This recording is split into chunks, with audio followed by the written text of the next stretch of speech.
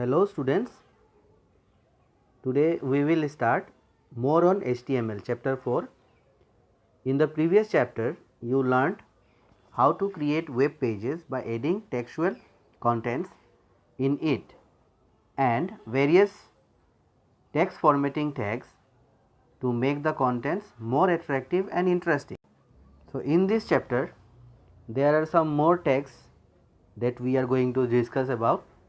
So among them first tag is the comment tag. Second, we will be learning about some list tag. So you will come to know about list tag, unordered list, ordered list, definition list, then nesting list. So we will discuss in our coming classes. So let us start with comment. Comments are very useful for people who want to identify things in their HTML.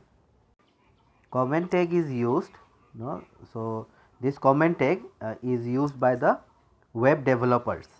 So if a website is developed by 2-3 persons, so they use this comment tag so that the other person may know about the code or the tag which is used, why that code is used. Okay, so these are also used to block the HTML codes.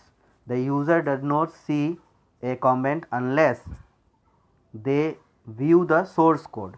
So you and I cannot see the source code until and unless we cannot see the comment until and unless we see the source code. So in computer class, in practical class, we will be learning about how to see the source code and how to add the comment. So here one example is given. You can see you can add comment by using this example. So here if you see, you have the greater sign, then exclamation mark and 2 dash are there, and then you write the comment. Again you end with 2 dash and the greater smaller sign. So you have to use these angular brackets when you are writing a comment. Here in your book, page number 35, one example is there given how to add the comment. So you can just go through, you see. Next we will start working with lists. So HTML offers you two kinds of lists, that is ordered list and unordered list. Now when you talk about ordered list, we need ordered list when we are writing a list which has a specific order. Suppose if you write the names of the planet, so these planets come, we have to write it in a proper order. So we have to use ordered list, and unordered list is used when the specific order is not important. Understood? So to create ordered list, we need to use the OL tag.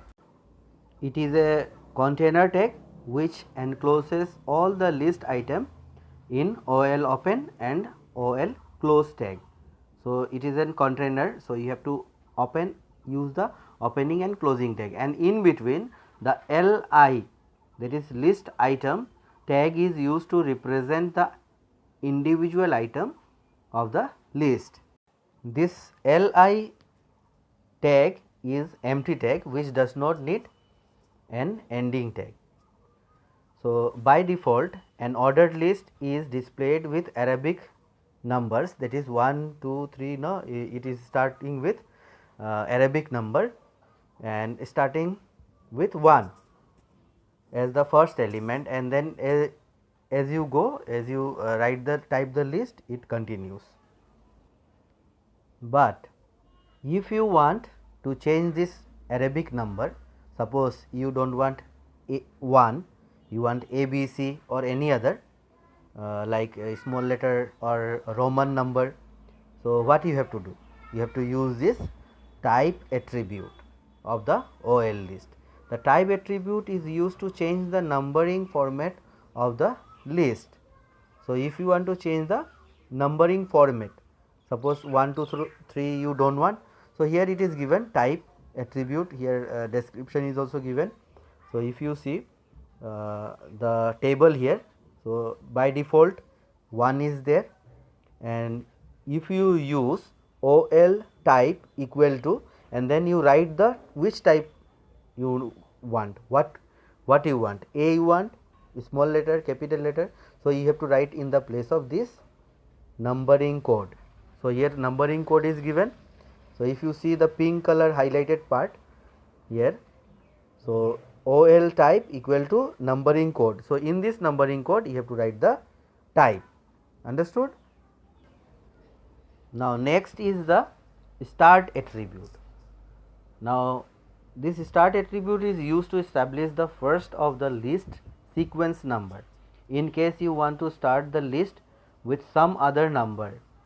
Suppose here for example you don't want to start with number 1. Suppose you want to start with 4, 5, 6 or 6, 7, 8, any number, other than 1.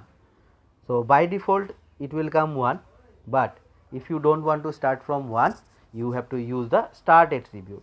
So here you have to write OL, then you have to write start equal to which number you want to start.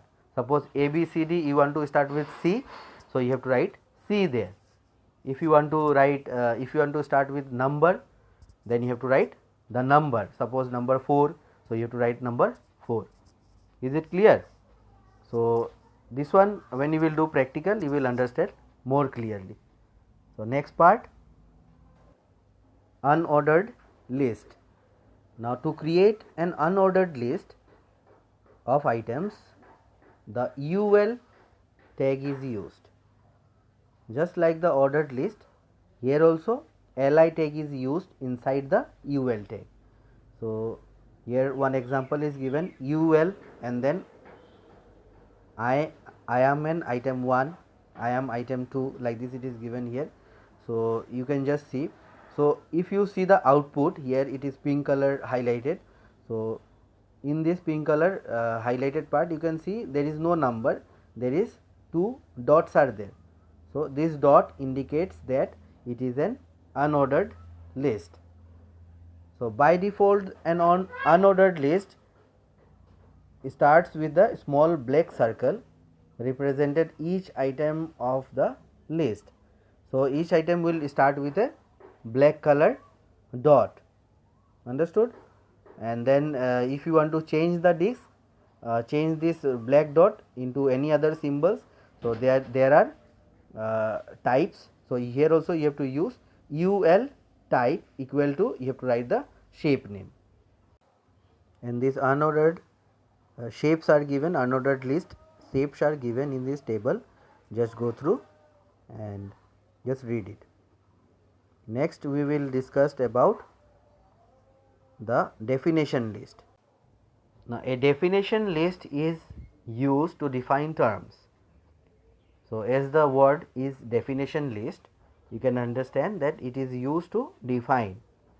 So the list is enclosed between DL and DL close. So it is a container element, container tag. So you have opening and closing. So inside the tag are the terms and their definition. The term and the definition have leading tags DT and DD respectively. When you use this tag, you will use for defining a word. Here one example is given, Firefox, it is the word, and next part it is the definition of the Firefox. So in this way you can use this tag. Next part is, here example is given, just go through the example. Next is nesting list. Now in simple word, if you say nesting list, means list inside a list. So here you can use ordered list within an unordered list, or vice versa, means you can use a ordered list in unordered list and unordered list in a ordered list. So in this way you can create nesting list. So that's it for today. Thank you so much for listening, and at last I will leave you with some moral thoughts. So you just read it, pause the video, read it, apply it in your life. Thank you so much.